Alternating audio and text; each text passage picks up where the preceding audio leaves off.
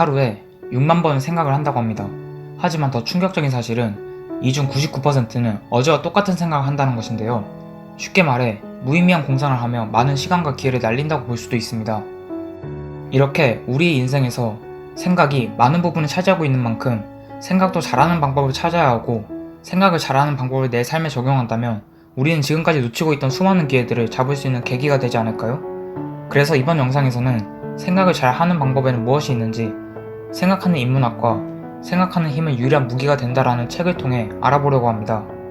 서양 철학 2500년 역사의 정점에 서 있는 인물 플라톤, 사색의 정점에 서 있는 인물이라는 의미이기도 한데요. 빌 게이츠, 스티브 잡스, 레리 페이지 같은 우리 시대의 천재들조차 플라톤을 생각하는 법을 배우고 싶어 했죠. 이런 플라톤에게 사색하는 법을 가르친 사람이 바로 소크라테스라고 알려져 있습니다. 소크라테스의 사색법은 크게 4가지로 정리되는데요. 첫째, 사색을 삶의 최우선 순위에 두어라. 사색은 시간 날 때 대충 하는 것이 아니라 생활 속에서 사색의 순간이 찾아오면 몰입해서 사색을 해보라는 말입니다. 둘째, 육체의 한계를 초월해 사색하라. 한번 사색을 시작하면 일말의 잡념도 허용하지 말라고 이야기합니다. 이렇게 스스로를 단련하고 훈련해 나가다 보면 영원히 육체를 초월한다고 하며, 그때가 바로 소크라테스가 말하는 사색이 시작되는 순간이라고 이야기합니다. 셋째, 사람들의 시선이나 평가를 초월하라.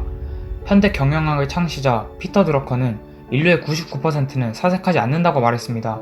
그리고 사색하는 1%의 사람들 밑에서 노동을 하면서 살아간다고 했고요.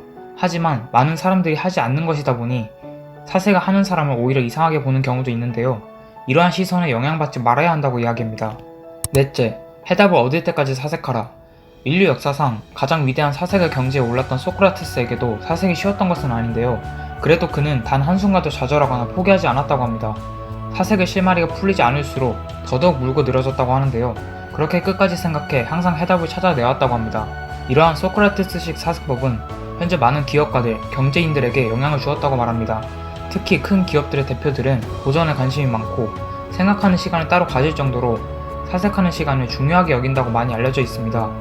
대표적으로 빌 게이츠는 연례 행사로 생각 주간이라는 것을 갖고, 또 스티브 잡스는 젊은 시절부터 무아지경에 빠질 때까지 사색하는 시간을 가졌다고 알려져 있습니다. 그리고 페이스북 CEO 마크 주커버거는 한번 무엇인가를 생각하면 저녁 만찬을 하던 도중에도 주위의 모든 것을 한순간에 잊고서 깊은 사색에 잠기는 습관이 있다고 합니다.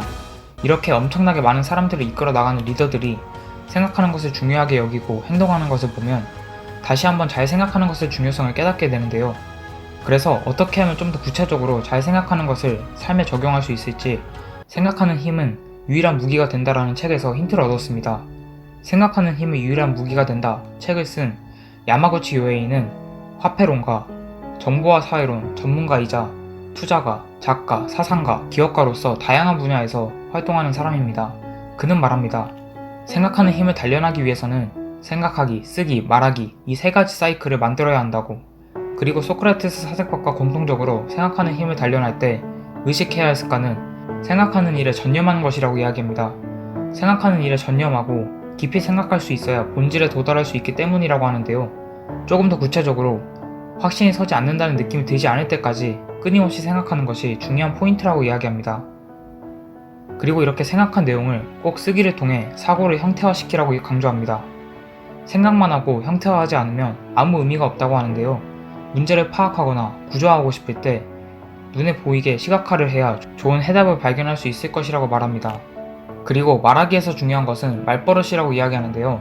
사소한 말버릇이 우리의 행동, 삶에도 크게 영향을 주기 때문이라고 하죠.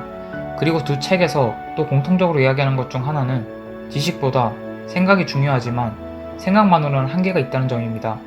지식은 우리에게 새로운 선택지를 부여하고 집착과 고민을 풀어내는 힘을 준다고 하여 다양한 지식에 안테나를 세우고 있으라고 말합니다. 요즘 시대에서 정보는 넘쳐납니다. 그리고 인터넷으로 찾지 못하는 정보는 거의 없다고 봐도 될 정도로 접근성이 낮고요. 그래서 더 중요해진 것은 어떤 것이든 본질을 파악하는 능력과 남들이 보지 못하는 인과관계, 유기성을 발견하는 다른 관점을 갖는 능력인 것 같습니다.